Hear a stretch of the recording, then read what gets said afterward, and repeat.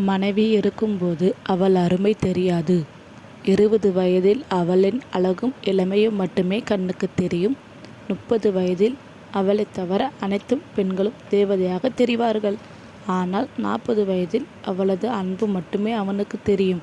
50 வயதில் அவனைத் தவிர தன்னை யாரும் நேசிக்க மாட்டார்கள் என உணர்வார்கள். 60 வயதில் அவள் இல்லாத வயதில் அனைத்தையும் இழந்தவனாய் இருப்பான். 70 வயதில் அவள் தாயாவாள், இவன் சேயாவான்.